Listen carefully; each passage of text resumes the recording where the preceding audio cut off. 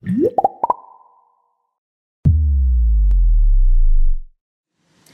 sahabat Museum Bank Indonesia dan Sobat Rupiah, berjumpa lagi di acara podcast Museum Bank Indonesia bersama saya Yona sebagai edukator di Museum Bank Indonesia. Pada kesempatan kali ini saya tidak sendiri karena saya ditemani dengan narasumber yang luar biasa, yaitu Mas Zainal. Mas Zainal, apa kabar Mas? Baik, Mbak Yona. Sehat selalu ya Mas Sehat. ya. Mas Zainal tetap produktif di masa pandemi seperti ini? Harus, karena memang apalagi kan banyak waktu ya di rumah untuk baca, untuk nulis gitu. Baca dan nulis juga. Selain kerja di rumah. Oh baik, nah teman-teman, Mas Zainal ini adalah salah satu tim sejarah di Museum Bank Indonesia. Jadi pengetahuan tentang sejarahnya tidak perlu diragukan lagi kan ya. Dan juga Mas Zainal ini adalah salah satu penulis sejarah ya Mas ya. Dan sudah menelurkan karya-karya yang berhubungan dengan sejarah. Jadi sahabat Museum Bank Indonesia yang penasaran nih dengan karyanya Mas Zainal, bisa nih di Google, kemudian dibeli bukunya juga. Kemudian ada yang baru terbit, ada yang mau terbit juga ya Mas ya? Yang udah terbit Raja Tanpa Mahkota. Nanti mungkin tahun depan lah, bulan-bulan Februari Maret itu terbit yang kedua. Buku yang kedua ya Mas ya. Wow. Nah, jadi sahabat Museum Bank Indonesia bisa langsung nih nanti di browsing-browsing bukunya Mas Zainal mana nih yang mau dibaca. Nah, mumpung nih Mas Zainal di sini sebagai narasumber dan kita bisa mendapatkan insight yang banyak sekali dari Mas Zainal, kita akan bertanya-tanya nih dengan Mas Zainal mengenai sejarah dari Bank Indonesia, kemudian Bank Berjuang, kemudian Tabanas dan Taska secara detail. Kalau biasanya sahabat Museum Bank Indonesia cuma baca sekilas, nah kita akan mengupas nih lebih dalam mengenai peran Bank Indonesia juga. Mas Zainal siap nih, kira-kira saya tanya-tanya nih? Insya Allah siap. Oke, baik. Nah Mas Zainal, Ya. Mas Zainal bisa menceritakan mengenai peran Museum Bank Indonesia di awal kemerdekaan, kemudian sejarah berdirinya itu bagaimana Mas Zainal? Biar Bank Indonesia kali ya, semua bukan tahu. museum ya. Iya, Bank Indonesia. Bank Indonesia ini kan sebetulnya berawal dari Pas Bank ya, DCB yang berdiri tahun 1828, kemudian dinasionalisasi.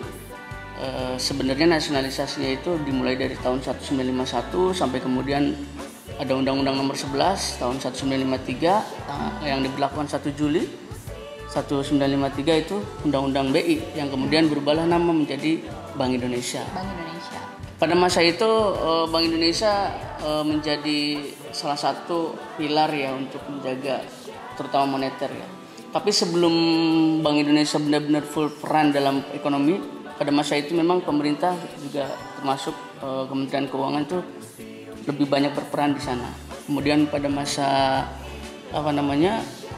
kemerdekaan itu memang proses transisi masih transisi, jadi belum begitu settle Bank Indonesia untuk menjalankan peran-perannya. Jadi masih dalam pembentukan struktur, transisi dari aset. Jadi nasionalisasi di Pas Bank menjadi BI itu bukan sepihak ya kayak diduduki, direbut paksa, bukan, tapi dibeli saham-sahamnya. Bahkan saham-sahamnya itu dibeli 20% di atas harga pasaran, di atas harga normal oleh Bank Indonesia. Di masa ketika itu Bank Indonesia sedang sulit, baru merdeka itu. Apalagi dampak dari perjanjian KMB, kita disuruh bayar hutang oleh Belanda, padahal yang menjajah siapa, yang bayar hutang siapa. Kemudian kita juga dibikin blokade ekonomi, hal-hal yang berkaitan dengan ekonomi itu dipersulit oleh kolonial Belanda pada masa itu. Jadi kita masih masa-masa sulit pada masa itu. Jadi itu berdirinya sejak tahun 1953 ya Mas ya, kalau Bank Indonesia sendiri. Gitu. Baik. Nah Mas Zainal, setelah tahun 1953, yaitu sekitar tahun 1960-an, itu dikenal bahwa bank di Indonesia itu digunakan sebagai alat revolusi dan dikenal adanya doktrin Bank Berjuang. Ya. Mas Zainal bisa ceritakan nih mengenai Bank Berjuang itu sendiri itu seperti apa Mas? Jadi awal mulanya itu kan ketika Presiden Soekarno mengeluarkan dekret Presiden 1959, itu kan nggak hanya politik yang terpimpin, tapi bidang ekonomi juga terpimpin. Nah, kenapa Soekarno ingin memusatkan semua sektor itu dalam keterpimpinan? Karena supaya mudah diatur dan bisa mendukung revolusi. Jadi termasuk dalam sektor ekonomi keuangan itu perbankan. Jadi perbankan itu juga harus menjadi bagian dari alat revolusi untuk mencapai tujuan revolusi. Nah yang unik sebetulnya Bank Berjuang itu pendahuluannya sudah dari tahun 161 ketika ada operasi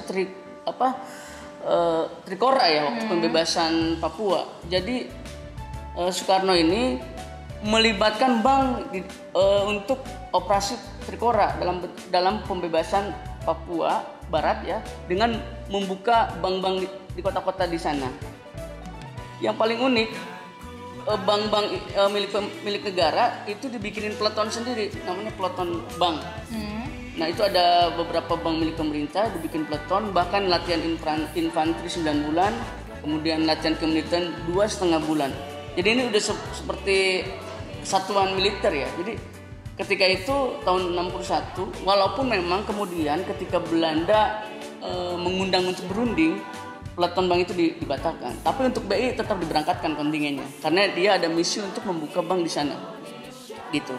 Nah, setelah itu kemudian tahun 163 dibikinlah deklarasi ekonomi Dekon. Salah satu doktrinnya adalah Bank Berjuang. Bank Berjuang tadi semangatnya adalah bank juga harus ikut menjadi alat revolusi. Nah, sampai kemudian ada musyawarah Bank Sabang sampai Merauke yang kemudian diinisiasi lagi, ditindaklanjuti lagi menjadi bank tunggal. Jadi bank-bank negara itu kemudian ada beberapa bank negara itu dibentuklah, disatukan menjadi bank tunggal. Jadi Bank Berjuang kemudian jadi bank tunggal. Dalam proses ini memang sesuatu yang tidak lazim sih. Dunia perbankan begitu terlibat di dalam operasi-operasi militer, operasi politik, dan juga di bawah penguasaan penuh oleh pemerintah pada masa itu. Nah, pada masa Bank Berjuang juga ada satu hal yang membuat bank-bank itu diambil alih kekuasaannya oleh pemerintah dalam tanda kutip ya, dia tidak menjadi independen lagi. Ada gubernur Bank BI itu sekaligus menjadi bank urusan bank sentral, menjadi menteri urusan bank sentral. Ada lagi menteri yang baru, penambahan menteri lagi namanya menteri urusan penertiban perbankan dan modal swasta. Jadi tujuannya adalah untuk melakukan pembenahan di dalam proyek-proyek pemerintah melalui sumbangan-sumbangan keuangan dari perbankan kepada pemerintah. Maka pada masa itu ketika 165 dan seterusnya, maka Indonesia terjadi krisis.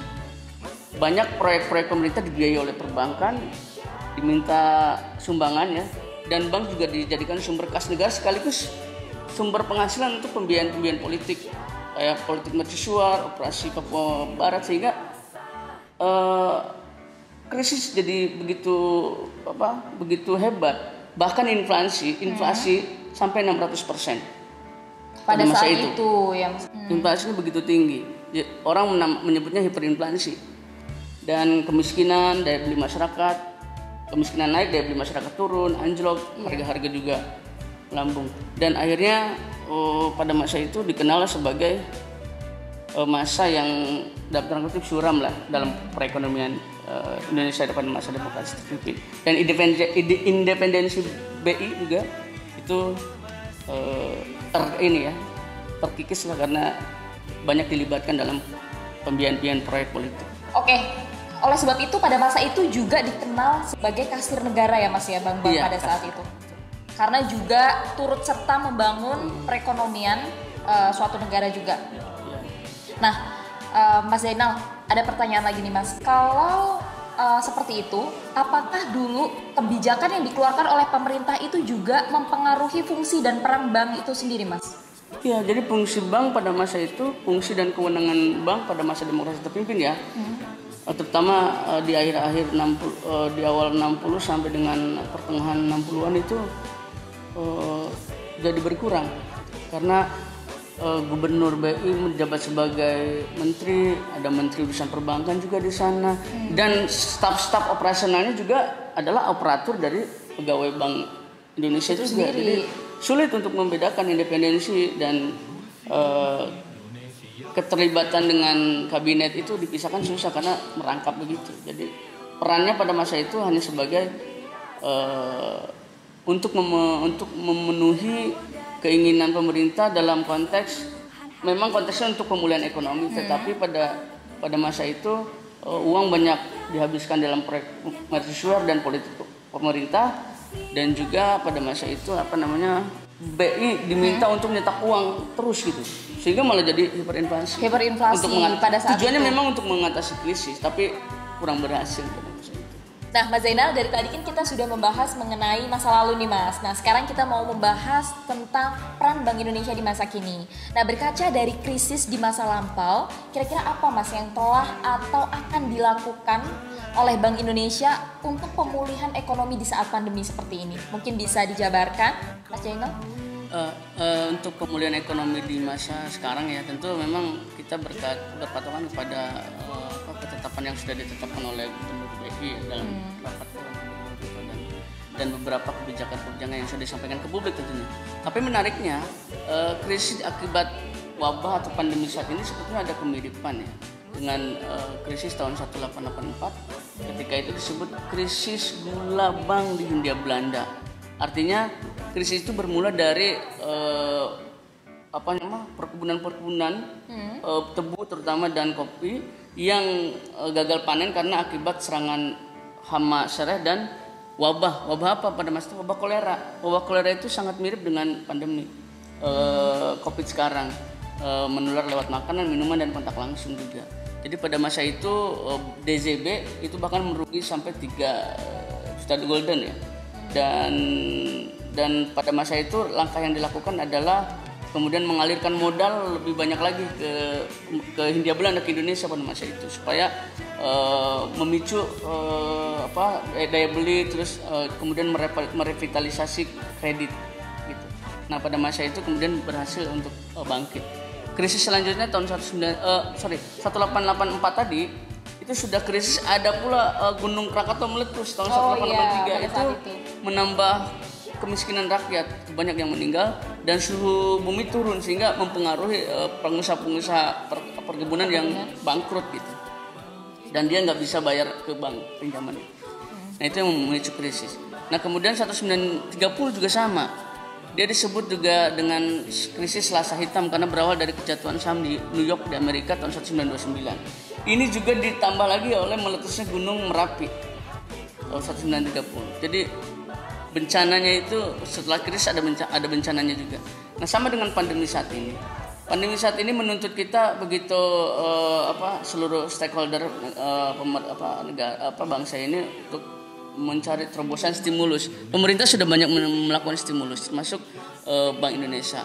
Ada beberapa langkah BI ya yang sudah dilakukan. Nah, ini saya tidak berdasarkan sejarah karena harus mengacu pada ketetapan yang sudah dilakukan oleh BI. Yang pertama adalah melanjutkan stabilisasi nilai tukar rupiah dan melakukan mekanisme pasar. Kemudian yang kedua memperkuat strategi operasi moneter gitu ya. Terutama yang memicu pertumbuhan gitu dan juga aktivitas ekonomi. Kemudian memperpanjang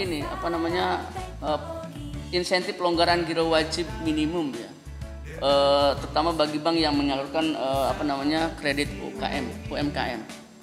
Kemudian mendorong pengembangan instrumen pasar uang gitu ya, dan kemudian melanjutkan KRIS ya, yang digitalisasi transaksi segala macam karena untuk menjaga kontak fisik, dan ini sangat relevan KRIS tadi ya. Iya. Terus kemudian yang terakhir ada 5 jadi ya. Yang terakhir itu BI masih melakukan langkah-langkah lanjutan yang diperlukan untuk mendukung pemulihan ekonomi nasional, terutama dalam konteks bagaimana roda ekonomi itu bergerak kembali, perputaran uang berjalan dengan normal, lancar ya, mata uang juga tidak jatuh banget, dan kemudian juga aktivitas ekonomi juga tidak membahayakan kesehatan. Berarti memang Bank Indonesia juga sudah berupaya semaksimal mungkin dan akan tetap berupaya semaksimal mungkin ya Mas ya untuk menanggulangi permasalahan yang terjadi terutama di bidang perekonomian karena pandemi saat ini. Wah, menarik sekali Mas Zainal pembicaraan dan diskusi kita pada kesempatan kali ini. Namun kita sudah sampai di penghujung waktu nih Mas Zainal. Jadi kita tidak bisa lama-lama untuk berdiskusi mengenai Bank Indonesia, Bank Berjuang dan lain sebagainya.